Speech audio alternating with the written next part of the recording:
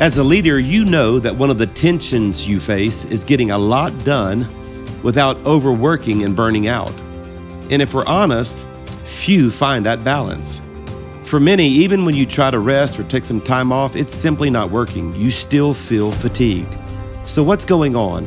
How do we find the rest that's promised in Scripture? How do we get our purpose on earth done and have emotional and physical health at the same time? This may be one of the most important lessons you'll hear today on the Grow Leader Podcast. Well, welcome back, everyone, to the Grow Leader Podcast, where we grow leaders that grow churches by helping them reach their full potential. I'm Matt, and I'm really excited to be with you today. Before we begin, we want you to know about two amazing partners. These guys are friends that help make the Grow Leader Podcast happen. We think they can help you as well. First is the GAC Family Network. If you find yourself looking for classic and original entertainment programming that celebrates the values of faith, family, and country, then you need to go to gacfamily.com to learn more about where you can stream, watch, and download their amazing content. And then also, we want to thank the Wesleyan Investment Foundation since 1946. How many years is that, PC? Do you know? Oh, man, why'd you put me on the spot spot? You're like the math guy. It's a long time. It's a long time. That's right. We decided it's a long time. They've been helping churches and church planners with their borrowing and investing needs. If you're a pastor or a church leader that's looking for a partner that's going to share your values, your vision, and your victories, you need to get to know the amazing people at the Wesleyan Investment Foundation. You can find out more about them at wifonline.com. And now it's time to welcome a man who goes by many titles. He's a chancellor, a father, a papa, and also a pastor, Pastor Chris Hodges. PC, how are you? And it's 76 years, by the way. 76 years. There you go. I just needed a little time to do the math. You had to win that. That's great. That's awesome. How are I'm you? doing great. Yeah. In fact, we were talking about before the podcast began today that we're not here. We're not here. I thought we should have crickets. Yeah, because this podcast is the only one that we've done way ahead of time because of what the topic is today. We're talking about taking time off and resting and replenishing, and we're actually doing that right now. So this podcast is released. We're both on break right now. So we're early summer as we're recording, but you guys, it's July 4th. I guess so. So celebrate our nation today. Happy birthday, America. Happy birthday, America. It's great. And we're really not here. We're resting while you guys are listening to this. An important topic. I think so because, as I said in the opener, I think pastors, leaders, whoever's listening is having a hard time working while it is day because there's coming a time when Jesus said when no man can work. So we all have this get it done mentality, and rightfully so. That's part of what Jesus has charged us to do is to, get the work of the gospel done on planet Earth. But some of us are working ourselves to death, right. And we haven't found the balance between getting a lot done and not having emotional and physical burnout or just weariness. And I think one of the symptoms too, Matt, that if you're in that condition is even when you rest, you don't feel rested. Mm-hmm. So you're waking up the next morning just as tired as when you went to bed, or you get back from the vacation, as so many are doing right now, and you're actually more tired after the vacation than before the vacation. I maintain most people have not learned what my pastor, Larry Stockstill, calls the pace of grace. Such a great phrase. Yeah, it's just that you've got to find a pace that actually works, gets a lot done, because we are called to live productive lives. We're been given talents that there's an expectation of fruitfulness and multiplication. And there is a way to get it done that way. So I think this is one of the topics, much like finances or nutrition, where you learn most about it and gain wisdom from it from maybe having not done it right in the past, where you learn lessons from it. This is a big deal to you. You preach this to our staff all the time. You're always helping us in this area. Where did it start? Where do you feel like the light really came on for you as far as resting goes? Well, I like to work, and I still like to work. So it's actually work is in some ways replenishing to me. It's healthy for me. I really enjoy what I do. I love my job. I've been doing this for 39 years now, ministry. And I've never had a moment where I didn't like it. So I've never forced myself to preach or to go to work. And that can kind of end up being a little bit of a trap because I like to work. Right. And so when we started our church in 2001, it was pedal to the metal. God was blessing it. Of course, we had great growth. We moved into our first facility in 2007, literally doubled in a 3-month period from 4,500 to 9,000 in 2007 after we got into our new facility. Man, life's good. Kids are good. Family's good.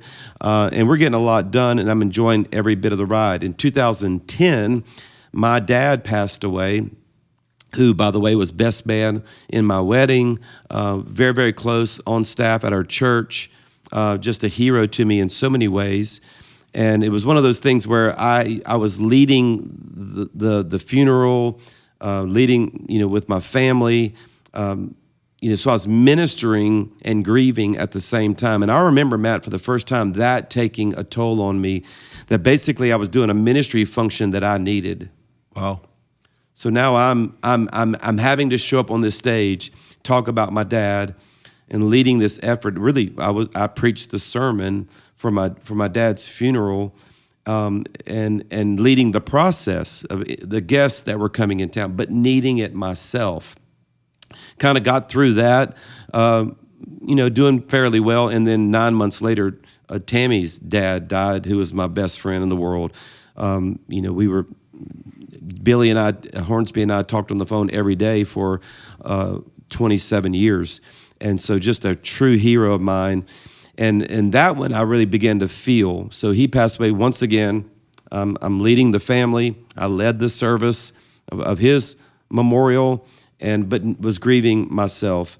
And so it was then that really, thank God, our trustees, who are our non-staff elders, and our staff elders and our overseers all got together and said, we really think you ought to take some time off.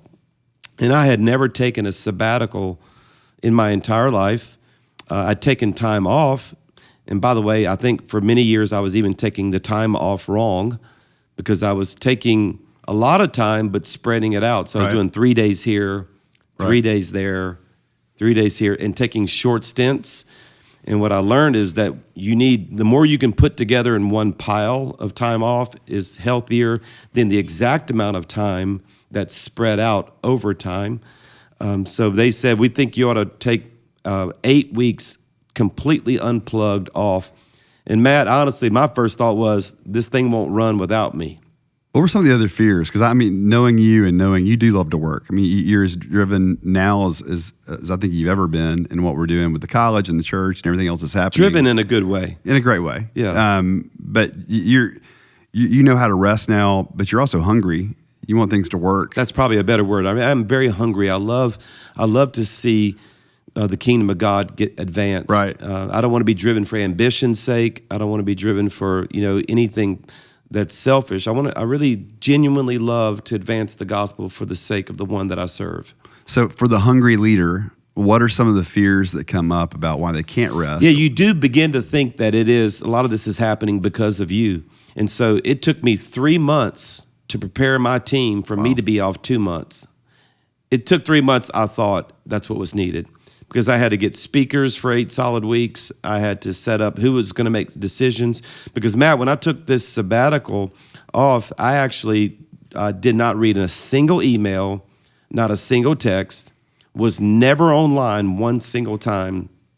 I actually got a separate cell phone that was just a flip phone. It was only a phone for those 8 weeks with a brand new number that only my wife and my assistant had the number to. So no one, even my kids, couldn't get to me without going through either my assistant, who at that time was my sister Carol, or my wife Tammy. And so when I say I unplugged, I really did it.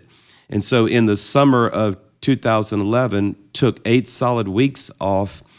And here's what I learned, and it's very shocking to me to this day to even tell the story, because it took me 3 weeks before I actually started to rest. Wow. And I didn't know it was taking 3 weeks because I had never felt rested. Now I just want you to think about that for a second. So I thought I was resting, but I remember the moment that I felt rested, and it felt different. And then I realized, wow, it took 3 weeks for me to get here. It was 3 weeks before I stopped wondering what was going on with the church or worrying about something with my kids or the family. And that I never forget the feeling, the physical feeling, and really it was a spiritual feeling as well, the moment that I went to bed and I woke up this completely different way. I hadn't felt rested like that in forever. Wow.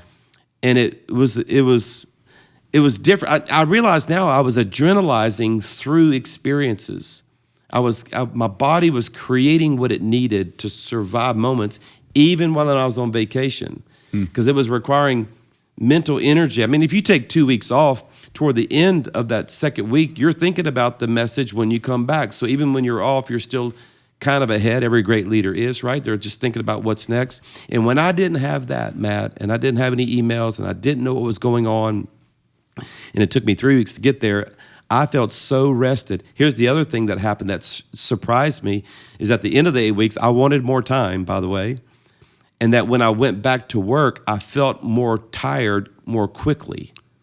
But I had always been that tired. So you normalized it completely when you were in it. So I would work what felt like not even a full day in my mind, and I was getting tired, but my body now was allowing me to feel it. I had learned how to adrenalize through those experiences, through those days. And so it was in 2011 that I completely reordered my schedule, my life, and it's what I want to pass on to the listener today. So whether you're a pastor or a youth pastor or a business leader or mom or whoever it is, to order your life, the way I like to say it is, if you don't prioritize your life, someone else will. That's really good. Say that again one more time. If you don't prioritize, if you don't set the pace of your grace, if you don't set your own pace, life will set that pace for you. Proverbs 17:24 says, an intelligent person aims at wise action, but a fool starts off in many directions. And for a lot of us, we're letting situations drive what we do. And I just thought, here we are in the middle of summer, hoping the leaders that listen to the podcast are taking some time off. But I know if you're like most, and like I did for more than a decade, you're going to come back just as tired. You're going to get right back into, and it's not a rat race. We're in the ministry, man. We get to lead people to Jesus. But if we do it wrong, we're going to find ourselves in a bad place. So one of the things that I did immediately that I had not ever done, and I'm embarrassed to even say this, I'm going to repent on the Grow Leader podcast, is that I had never, up to that point, had taken a true Sabbath. So I didn't even know, I thought I was, but I didn't even know what a true Sabbath was. I thought Sabbath was a day off, and it's not. The word Sabbath literally means to cease from labors. So you can have a day off, and if you're working still in any way or producing in any way, then you didn't take a Sabbath. A Sabbath isn't a day where you go to church for an hour or two and then have a meal and then go mow the lawn or go back or go study for something that's happening that week. That's not a Sabbath. A Sabbath is a day where I honor God and say to him, I don't get things done by my efforts. It comes by your power. That's good. So I'm going to honor you on this day by not producing. It's like the tithe. We say, I can have more money and be more blessed on 90% than I can 100% by giving you 10%. And it seems contradictory that to have more, you're going to give some away, but God honors it and he blesses the 90 more than the 100%. We all know that. Well, the same is true with our time. If we can learn how to Sabbath, and honestly, I can honestly say since 2011, I have been faithful to the Sabbath. And Matt, I ask pastors all the time about their Sabbath day, and I rarely, it's more than 90% don't have a true Sabbath. And then I quickly remind them, it's on the same list with murder and adultery. Yeah, it is. And it's actually higher up on that list called the 10 Commandments. And yet people feel so free to not do that commandment and would never think about committing adultery or committing murder, but God has it on the same list. That's how important it is to have a day where we honor God with rest. And I've heard you talk about this before, and even the words we use to describe a day off, we take a day off, we observe a Sabbath. We don't take Christmas, we observe it. There's a preparation. In fact, we don't Sabbath at the end of the week because we're tired. We Sabbath at the beginning of the week so we don't get tired. Which brings us into your personal schedule. So just tell me, because if I'm a pastor, I know you get asked this a whole lot. I think you said this is probably the question you get asked more than any other question. Personally, as a senior pastor, as a senior leader in an organization, what does that look like for you and how does that play out? So first of all, from the statement that I just made, I consider my first day of the week not Sunday. I consider it Monday. Now, before the Lord, as a Christian, Sunday is the first day of the week. So I'm tithing my week. And again, the tithe isn't just a portion, it's the first portion. That's great. So we go to church on a Sunday to set the pace for the week. We're not ending on Sunday because of the week. We're starting our week by honoring God. That's great. But for me, Sunday can't be a Sabbath. I always jokingly say, Lionel Richie wrote that song, Easy Like Sunday Morning. And I always say he definitely wasn't a pastor, right. or he'd have never wrote That's that right. song. For me, it's easy like Monday morning, because Monday's my first day of the week. It's my Sabbath. So I work Sunday for people to have a Sabbath. And then I work our Sabbath on Monday, so I can start my week. So to answer your question about my schedule, when I see my schedule, Monday is the first day of the week for me as an employee or as a minister before God. And again, as a Christian, It is Sunday. But I start my day off on Monday and I do what I've learned now how to do, and that is completely unplug. So what I did for 8 weeks, I do on Mondays. I don't turn my phone on. People have to find me. If I'm out on the golf course, Tammy has to call the clubhouse, send somebody on a golf cart to go get me off of whatever hole I'm on if there's some emergency happened, because I just need to cease from labors. I need to cease from producing. And what's important is that on that day, you not only honor God, but you replenish yourself. And so you got to ask yourself what replenishes you. And so that's going to be a variety of different answers based on different people. For me, that's anything outside. I'll go outside, Matt, and just prune plants, or I'll dig a hole, or paint something, or go hit balls or at the golf range. Anything outside. Secondly, it's spending time with the people you love. That's great. So Tammy and I have our intentional date lunch or date night every Monday. And we just celebrated 36 years of marriage, and we have been faithful to that nearly our entire married life. And I give that as one of the major reasons why we're still married and very, very in love and very happy, is that we have been very faithful to honor each other with our time and some time off. So all that's really important. And then we eat our best meals on that Monday. It's just that time to let everything that replenishes you happen in your soul. So sabbatical and also Sabbath, and then there's the rest of the week. So you have the Sabbath set apart, observing that, and you've got a definite flow and a system for how you observe the Sabbath every single week. How do you maintain this rest? And I think it's almost an inner rest. It's an inner peace with everything else going on in the life of a leader, because everybody wants some of your attention a part of your life. So let me give, if those that are taking notes, you can. If not, if you're working out or in a car, we'll put this in the show notes. But there is a 3-step process. And the first is, or actually, let me give you 4. The first is to define your purpose and responsibilities. So if you don't know what you're supposed to do and what your life, what only you can do, you're not going to be able to organize your week very well. You'll get pulled into things that are not helping your purpose and your responsibilities because you never defined what they are. That's really good. So John Maxwell gave me this. You define your purpose and your responsibilities by asking 3 questions. What is required?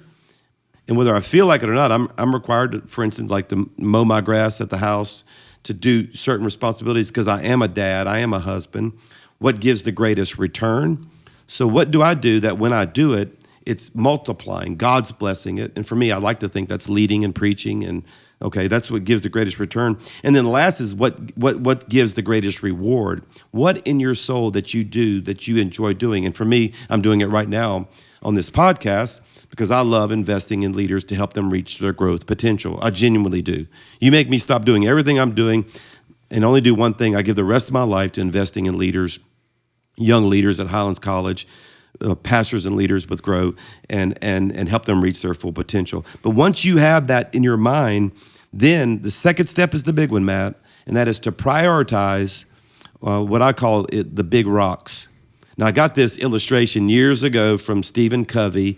I've only heard him speak one time back in the 80s when he was the 7 Habits of You Highly. say that like it's so long ago, the 80s. I guess it is for a lot of people. I think for most people that are listening, that's right. a long That's time right. ago. But I just entered into ministry, had gone to this seminar in Denver to hear him teach the 7 Habits of Highly Effective People, and he was talking about the sharpening of the saw principle, which is really what we're talking about, which is an important principle. But you have to prioritize the big rocks. In other words, you have to find the must-dos, watch this, and put them in your schedule first. Great. And I think we'll put in the show notes where I've done this illustration. I've illustrated it that you can put big rocks into a jar first, and there's and gravel and sand and water, and there's lots of room. Do the exact same amount of ingredients in reverse order. Put the water in, sand in, gravel in, rocks last, and it doesn't fit. Yep. And that's the principle. That order determines your capacity. You'll always be able to get more done and honestly feel more rested if you put the most important things in your schedule first. So for me, I identify the 6 or 7 responsibilities, things that I do, the priorities of my life, and then put them on the calendar first, and then let all the trivial things come in there next. The third thing is, and you were really leading up to this, took me a long time to get to this answer. I'm a teacher. I like to build the case, right? So, and that is create an ideal week. Now, it's not the week you necessarily have to live every week because things come up and things are different from week to week. But I have built what I call my ideal week schedule, that if nothing different's going on, this is what the perfect week looks like. Getting up at this time, spending this much time with God, getting into the office at this time, reserving these nights for ministry, but saving these nights for family. And I would guess that there's probably most weeks are not ideal, but just having that target to shoot at probably helps so much. And I could show on paper, I've done this since 1998. I can show you my weekly schedule that I've created for every year of my life, almost my entire ministry career, and I have it on paper. And what it does, it creates a framework in my mind so that when people do say, "Hey, can you?" My first response is no, because that time's already filled. Of course, you always allow for things that come up in travel, gets involved in all of that. So it's gonna change from season to season and week to week, but you still have that ideal week in your head. And here's the last one, and it's really one of the most important ones that I want to give people because nothing stays where you leave it. In fact, for a lot of people, they're gonna take some time off and they're gonna rest, but then they stop, or they're gonna start because they heard this podcast and make a Sabbath. They're gonna pick a day, maybe a Monday if you're a pastor. You're gonna take a Sabbath, and then 2 months later you're not doing it. Right. So a lot of us are very guilty of going amen and I like that and I'm gonna do that, and then we're not doing it anymore. Which this is the last, and it's really one of the most important principles I can pass on to a leader in a variety of ways. And that is number 4, weekly evaluate, eliminate, and execute. Great. So weekly evaluate, meaning stop. Pick a moment and stop and look back and ask yourself, how did I do? Pastors, please find time in your schedule. For me, it's Sunday nights. So my week's done, because that's the last day of my week, right? And just really preached my heart out and gave my best, left it all out on the field. And then I find time every Sunday night, Matt, to go sit in my old chair that I pray in my home office, and I evaluate my last week. I do it with a tool that I pass on. I think I passed on before here on the Grow Leader podcast, and that is the Full Focus Planner. That's great. And you can go to fullfocusplanner.com and find this planner that I've been using. And there's actually a page where you evaluate your week, and it'll ask you about your sleep, your exercise, your diet, your time, your family, your finances. And I literally evaluate my week. It takes me about 30 minutes to do.